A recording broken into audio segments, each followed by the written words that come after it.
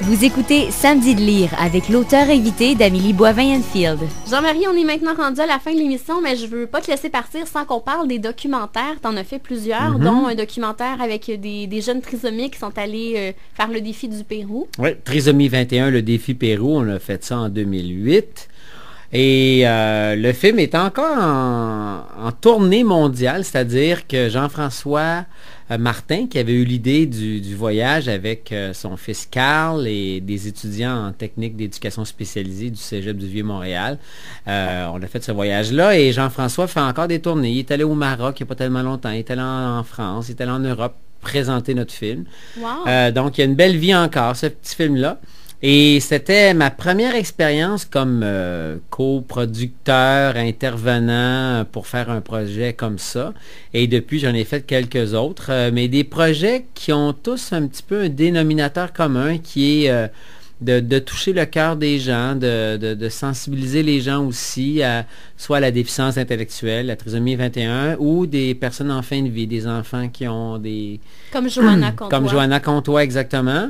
Et prochainement, je peux pas te dire quand le film va sortir, mais le film sur Miro, Un sourire pour Miro, qui était un peu le coup de cœur de deux garçons, deux frères, Bastien et Nicolas, qui sont les deux garçons d'une de mes bonnes amies, Sarah Richer. Et ces garçons-là, c'est drôle parce qu'on avait fait un documentaire qui s'appelle Le monde de Félix, diffusé à Canal Vie. Félix, c'est un jeune qui a une déficience, pas une déficience, qui a une paralysie cérébrale, pardon, et qui rencontre Luca Lazy Legs qui fait la tournée mondiale, il fait du breakdance, puis lui, il peut pas beaucoup se servir de ses jambes. On a le portrait de Pierre Mainville, qui est un champion en escrime, en fauteuil. Bref, on fait un portrait de personnes inspirantes qui ont des handicaps ou des limitations. Et Félix était au cœur de ce projet-là avec moi. Et à la projection en intime, une petite projection privée de Félix, Le monde de Félix, Bastien et Nicolas viennent nous voir après et disent « Hey, nous autres, ça, on aimerait ça faire un documentaire. On a un de nos amis qui s'appelle Miro, qui a un cancer, une tumeur qui est inopérable. On aimerait ça faire un documentaire, puis faire rire les gens, rendre hommage à Miro, mais en même temps, on a des questions à poser aux médecins. On comprend pas pourquoi qu'une tumeur arrive chez quelqu'un, puis comment ça se fait qu'on peut pas le guérir. Pourquoi, tu sais. Alors, c'est le regard de deux jeunes qui ont entre 10 et 14 ans sur leur meilleur ami qui est en phase terminale d'un cancer. Alors, c'est sur l'amitié, c'est sur l'amour entre trois garçons, entre les amis, mais c'est aussi un regard qui nous demande, en fait, nous les adultes, ben là, pourquoi ça arrive un cancer chez les jeunes, tu sais?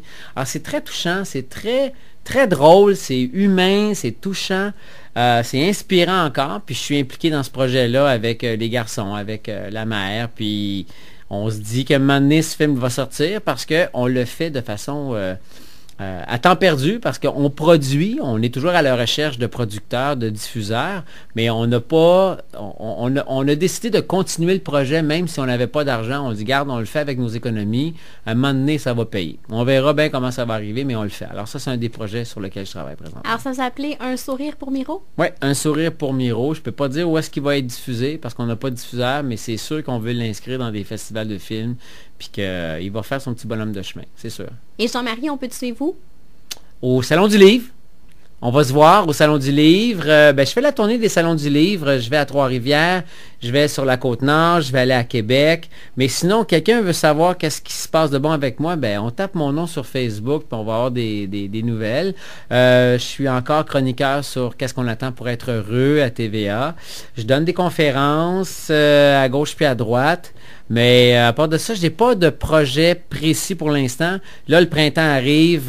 Ça veut dire que c'est ma saison de kayak de vitesse puis de bateau dragon. Donc, vous allez me voir sur l'eau peut-être. En fait, vous allez peut-être me suivre. Essayez de me suivre parce que peut-être que je vais vous clencher. Mais merci Jean-Marie d'être à l'émission. Ça fait plaisir. À très bientôt, Amélie. Merci à vous à la maison. Passez une excellente semaine. Je vous retrouve la semaine prochaine. Mais entre-temps, vous pouvez aller sur le site internet au www.samedidelire.com.